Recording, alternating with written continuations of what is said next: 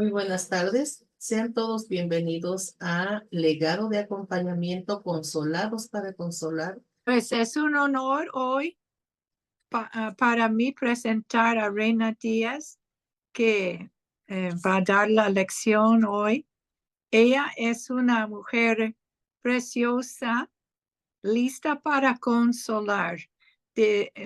Fuimos juntos en el retiro, en el rancho, y disfruté mucho conocer a Reina, una mujer muy profesional que he estudiado tanatología y es muy preparado para dar la lección, pero a la misma vez es muy amable y muy divertido. Ahora sé que a ella le gusta nadar y divertirse y reír y abrazar y estar con todos juntos. Entonces, a todos ustedes es un honor presentar a Reina Díaz. Gracias, Nancy. Bueno, pues para mí es un honor el día de hoy compartir el tema que nos ocupa, ¿verdad? Y por favor, Ruth, si me puedes ayudar con la presentación. Bueno, el tema que me toca compartir es mirando a través de la cruz.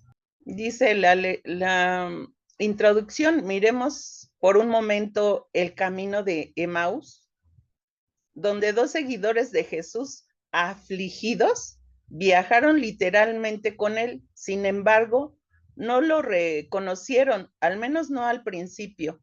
En los momentos que tenemos una pérdida, nos pasa como a esos seguidores de Jesús y no nos damos cuenta que ahí está con nosotros, pero la mayoría de las veces nuestro dolor nos hace olvidarnos del poder de Dios, de que Él tiene planes que son de bien y no de mal. Incluso creer que papá, es importante creer en papá, pero también creerle a Él. Es decir, a veces dejamos que ese sufrimiento nos agobie tanto que nos olvidamos de los planes que Él tiene, ¿verdad? Que aquí nos dice que son planes de bien y no de mal. Como esos seguidores de Jesús no sabían con quién estaban hablando, le contaron a Jesús todo lo que había sucedido del viernes al domingo. Es decir, ellos no se dan cuenta que era el mismo Jesús, que Él era el que había estado en esa cruz sufriendo, ¿verdad? Con todo lo que pasó en esos días de viernes a domingo.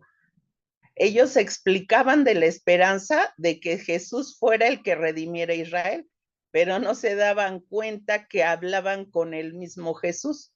En los momentos de aflicción por nuestras pérdidas significativas, y puede ser cualquier tipo de duelo como la muerte del esposo, de un hijo, quizás la pérdida de una propiedad, etcétera. Ese es un tipo de pérdida significativa, ¿verdad? Dice, en los momentos de aflicción por nuestras pérdidas significativas, es necesario darnos cuenta que no es suficiente con creer en Dios, sino creerle también a Dios. En esas 8,000 promesas escritas en su palabra, que esas se cumplirán en nuestras vidas, que pueden ser una realidad. Y muchas veces podemos estar leyendo esa palabra, pero no creemos esas promesas que están escritas, más de 8,000, ¿verdad? Pero vamos a ver a lo largo de esta lección qué es lo que pasa con esas promesas, ¿verdad?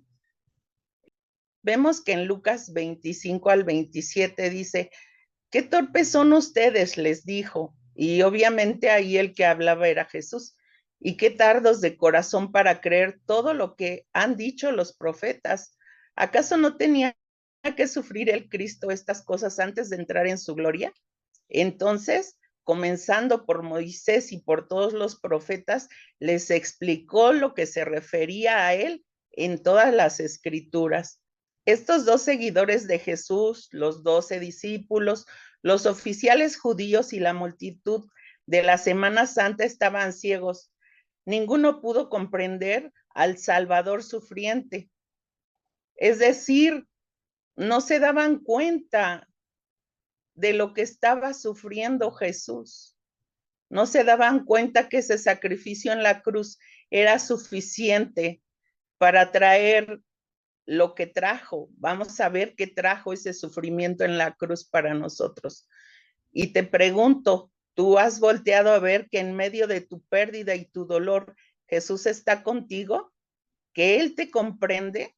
Porque muchas veces cuando pasamos por una pérdida, nos sentimos incomprendidos. Nos llegamos a aislar porque decimos nadie nos entiende, ¿no? No nos damos cuenta que la propia familia o nuestros seres queridos no saben muchas veces cómo darnos el consuelo. Entonces, ellos a su manera y nosotros con nuestra pérdida, no nos damos cuenta, ¿verdad? Que Jesús está ahí con nosotros, que Él está en medio de ese dolor. Existe una falsa teología de Jesús. Y dice, en la actualidad hay personas que se atreven a decir que Jesús nos promete salud y riqueza, una gloria futura sin sufrimiento presente. Pero esta es una falsa teología o creencia, que si creemos en esto nos hace estar desilusionados y nos conduce a la desesperación cuando pasamos por una pérdida. Es decir, muchas veces alguien nos pudo compartir de esa teología diciéndonos, no, pues cuando Jesús entre en tu vida se va a acabar el sufrimiento o todo va a ser color de rosa, y la realidad es diferente. Si el propio Jesús estuvo dispuesto a pagar el precio por nuestras vidas, el precio por nuestros pecados y sufrir, porque hubo un momento en que él se dirigió al Padre, ¿verdad? Y decía, si es posible, pase de mí esta copa, o sea, si es posible, sácame de aquí, porque él estaba sintiendo humanamente ese dolor, ¿verdad? Pero sujeto a lo que su papá le dijo, ¿no? A ese propósito que él tenía. Entonces, tenemos que referirnos a esa teología de la cruz, ¿verdad? Por eso debemos creer en la teología de la cruz. Era necesario que Cristo sufriera antes de entrar en la gloria. Vamos a ver qué pasa con ese sufrimiento en la cruz. Romanos 8, 16 y 17 dice, el Espíritu mismo asegura a nuestro espíritu que somos hijos de Dios. Y si somos hijos, somos herederos, herederos de Dios y coherederos de Cristo. Pues si ahora sufrimos con Él, también tendremos parte con Él en su gloria.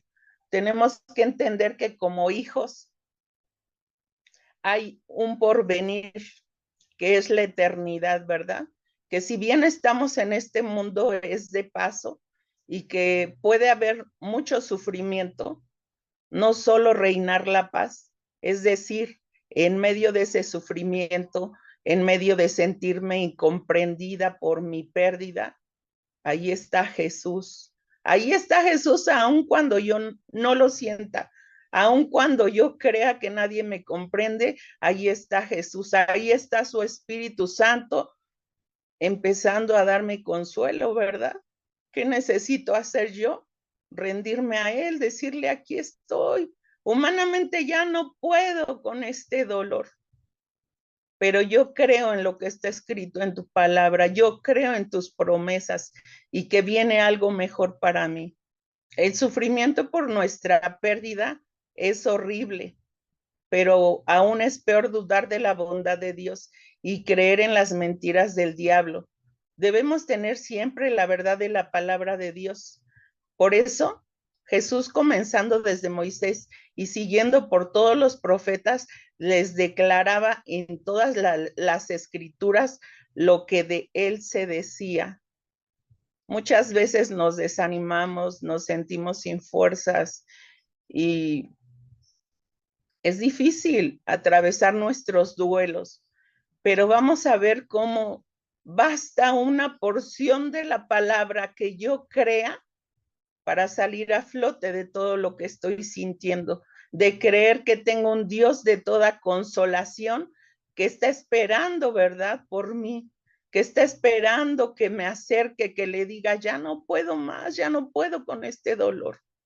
Y Él va a venir con su Espíritu Santo a traer el consuelo. En Lucas 24:32 dice, decían el uno al otro, ¿no ardía nuestro corazón mientras conversaba con nosotros en el camino y nos explicaba las escrituras? Yo aquí puedo ver que a veces no es suficiente con que nosotros leamos ese hermoso libro que es la palabra, que es nuestro testamento de todo lo que hay para nosotros, ¿verdad? No es suficiente con leerlo, sino que realmente nos apropiemos de cada una de las promesas que está ahí, que arda nuestro corazón de saber que hay un mañana diferente, de saber que Dios nos quiere sanos, que nos quiere consolados, que nos quiere libres, que nos quiere plenos, plenos en Él. Tenemos que recordar que vivimos de cada palabra que sale de la boca de Dios. En eso nos aferramos, en eso podemos tener consuelo y una vida diferente. Dice, una sola porción de la palabra nos puede poner a flote en medio de nuestras pérdidas. Por eso es importante honrar la palabra de Dios. ¿Y cómo la honro? La honro guardándola en mi corazón, ¿verdad? La memorizo. Puedo también escribirla. Y ¿por qué no decir? Si tengo un cuaderno donde tomo notas, pues hay momentos como en los de pérdida donde yo puedo ir a esas notas y Dios me vuelve a hablar a través de lo que subrayé, que aún es porción que ya tenía ahí vista, y Dios traer el consuelo, Dios traer la esperanza a nuestra vida, ¿verdad? Es importante ver en medio de nuestro sufrimiento que tenemos un Salvador sufriente. Me impactó esa palabra, Salvador sufriente. Siempre vemos a Jesús de una manera diferente, pero al darnos cuenta de lo que Él pasó, quiero comentarles que en un momento que yo atravesaba problemas de salud con esta pandemia, en el momento que mi oxigenación era de 45 y que aún así quería orar por mis hijos porque ellos también se encontraban contagiados de COVID, yo no podía ni hablar, no podía sostenerme en pie y aún en ese momento vino a mi pensamiento, esto no es nada con lo que Jesús sufrió, esto no es nada. Y Él no renegó, Él fue a la cruz del Calvario sabiendo lo que estaba por venir. Y dice Lucas 24, 30, 31, luego, estando con ellos a la mesa, tomó el pan, lo bendijo, lo partió y se lo dio. Entonces se les abrieron los ojos y le reconocieron, pero él desapareció. Vemos cómo después de que mucha gente, aún estando conviviendo con Jesús, no le reconocía, esperaban a Jesús que viniera libertad a Israel, pero no lo conocían, ¿sí? Y cómo vemos en este pasaje que habla que con el partimiento del pan, sus ojos fueron abiertos, ¿verdad? Entonces se dieron cuenta de quién era Jesús. Ellos vieron la luz en el partimiento del pan, en el acto de comunión y conmemoración de la sangre de Cristo derramada y su cuerpo sacrificado por ellos. Hoy quiero presentarte ese Jesús que espera que lo aceptes como tu Salvador y hoy es un buen día para hacerlo. En medio de tu pérdida, puede ser que no conozcas de ese Jesús del que hemos estado hablando, pero hoy Él quiere que tú rindas tu vida a Él. Él quiere que le empieces a conocer, que empieces a buscar de Él en su palabra, que lo busques en lo secreto, diciéndole, papá, ya no puedo con esto que estoy atravesando, y permitas que Él te abrace y te consuele. Y si es el caso que tú hoy quieres rendir tu vida a Jesús, te pido que repitas esta oración. Señor Jesús, te pido perdón por todos mis pecados, por todas mis ofensas y rebeliones, y hoy libremente te acepto como mi Salvador y reconozco el sacrificio que hiciste por mí en la cruz del Calvario. Y te pido que escribas mi nombre en el libro de la vida y no lo borres nunca más. En el nombre de Jesús. Amén. Hoy estás conociendo a un Jesús. Hoy has decidido entregar tu vida a Él, ¿verdad? Y bueno, vamos a orar. Señor, te pido que en cada una de las personas que se encuentran viendo esta transmisión, Señor, seas tú, Padre, revelándote a sus vidas, Señor, que ellos conozcan a ese Dios de toda consolación, bendito Rey, que tu Santo Espíritu les abrace, les consuele, les fortalezca y te reveles a cada uno de los dolientes. En el nombre de Jesús, amén y amén. Y tú que ya le conoces y tú que hoy recibiste a Jesús, te quiero decir que hoy Jesús vino a partir el pan contigo. Hoy quiere que las vendas de tus ojos caigan, que tus ojos sean abiertos y que le reconozcas. Qué importante es dejar que Jesús nos abrace, ¿verdad? Qué importante es entregar todo ese dolor, el decir gracias, Señor. Gracias porque tú sí me entiendes, gracias porque de ti recibo esas fuerzas nuevas, que tú no te enojas porque yo llore, porque yo diga que ya no puedo. Tú eres quien me da esas fuerzas para seguir adelante y de ti recibo ese consuelo, ¿verdad? Dice, la mirada centrada en la cruz es nuestra única esperanza. Procuremos ver nuestra vida y especialmente nuestro sufrimiento a la luz del sufrimiento de Cristo por nosotros. En la Biblia hay más de 8,000 promesas para nosotros y solo una porción es suficiente para declararlas sobre nuestras vidas y creer que serán hechas. El sufrimiento de Jesús en la cruz del Calvario fue suficiente para que hoy nosotros seamos sanados, restaurados, consolados y libres para adorarle. Mi única esperanza, mi Salvador sufriente, ¿verdad? Y aquí te muestro en estas imágenes el proceso que pasé de COVID, que yo tenía muchas dudas. Yo decía, ¿por qué, Señor? ¿Por qué dejaste que me contagiara? ¿Por qué si yo durante la pandemia estuve ayudando a mucha gente y tú me protegiste de no contagiarme y finalmente estuve muy grave, 20 días en mi casa, después 15 en el hospital de La Raza, con una oxigenación de 45, pero puedo ver aquí esa esperanza en Jesús porque nunca dejé de creer en el poder que Él tiene para cambiarlo todo.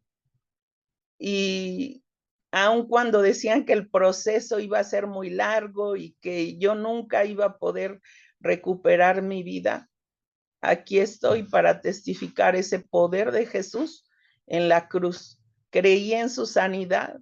Ahí pueden ver cómo mi cabello se despigmentó totalmente en ese tiempo que estuve enferma de pandemia. Cuando salí del hospital no podía todavía estar sin oxígeno, no podía caminar. En la imagen de abajo es cuando ya empezaba a dar mis primeros pasos. Ahí está el concentrador, cómo fui quitando poco a poco el oxígeno para recuperarme, y en un lapso de 3 meses, gracias a Dios, pues pude dejar el oxígeno y volver a caminar. Y hoy lo puedo testificar. Y bueno, esa imagen de arriba es el tiempo que Dios me permitió estudiar tanatología en medio de la pandemia. me permitió ser resiliente y diría Pati Estrada, mi ganancia en medio de la pérdida fue mi estudio de la tanatología, donde ahora puedo no tan solo ser consolada y entender lo que Jesús hizo, ese sacrificio en la cruz del Calvario, sino mirar cuánto amor me tiene, porque en medio de haber pasado esa enfermedad, Él me sacó en victoria, me regaló esa payasita con la que también puedo dar consuelo ahora a los niños y poder testificar ese amor de Jesús y también a ese Salvador sufriente. Gracias. Eso sería todo de mi parte. Espero les edifique mucho esta enseñanza. Gracias, preciosa reina. Muchísimas gracias. Fíjate que desde hace rato te iba a preguntar acerca de tu recuperación después de que te dio COVID. Si tuviste que adaptarte de alguna manera, si hubo alguna pérdida en cuanto a tu salud y si tuviste Sí, que readaptarte. sí. Pues estando internada yo no me daba cuenta que mi cuerpo se había deteriorado y los médicos me decían que pues ya no iba a regresar a la vida que había tenido, pero no me decían claro y yo decía que exagerados, pues si yo no me siento tan mal, ¿no? Solo sentía como dormidos mis pies. Pero cuando quise levantarme, cuando ya me dieron de alta, aún pues yo traía el oxígeno, pero estaba feliz porque ya me iba a casita después de 15 días internada ahí, pero fue un tiempo muy feo. Y cuando el camillero me decía que me pasara a la silla de ruedas para llevarme a bañar, pues ahí me di cuenta que del lado derecho no tenía la fuerza mi cuerpo, que aun cuando yo no me daba cuenta, mi cuerpo se había deteriorado y de verdad que ahí me espanté porque yo dije, Dios mío, no me puedo sostener ni siquiera en pie, ¿no? Y me decía la enfermera, se mareó, le digo, no, no, estoy sorprendida porque mi cuerpo no tiene fuerza. Y aún así, pues ya estaba dada de alta. Emocionalmente, reina, ¿cómo fue, cómo te impactó eh, tener esta limitación después de levantarte de la cama? Fue muy frustrante porque, pues si bien regresé a casa, por ejemplo, mi recámara está en la parte de arriba y yo tengo que subir una escalera. Entonces, no podía subir esa escalera, necesitaba ayuda para subir. Literalmente, mis hijos me subían casi cargando, no podía ni siquiera bañarme, ni siquiera ir a hacer mis necesidades yo sola porque no tenía nada de fuerza, era frustrante, aunque había muchas amigas que estaban pendientes y me decían, pues muévete y haz esta fuerza y la pelota. Yo decía, Señor, tú no haces las cosas a medias, tú haces milagros completos. Me acuerdo que mi pastor me decía, ya tienes que venir a testificar tu milagro a la iglesia. Y yo decía, ¿yo qué voy a testificar, Señor, si traigo el oxígeno, si no puedo ni caminar? Y entonces fue tiempo de estar a solas con el Señor y declarar mi sanidad, aun cuando yo veía una situación diferente, aun cuando me frustraba el que no podía ni siquiera agarrar el estropajo para tallarme o agarrar el champú para bañarme yo sola. Empecé a declarar esas palabras en mi vida y pues hay unas fotografías que, bueno, no las quise poner, pero está como empiezo a dar los primeros pasos literal, como cuando somos bebés y vamos empezando a dejar la andadera o vamos de los brazos de papá a mamá, y así fue volver a recuperar ese caminar.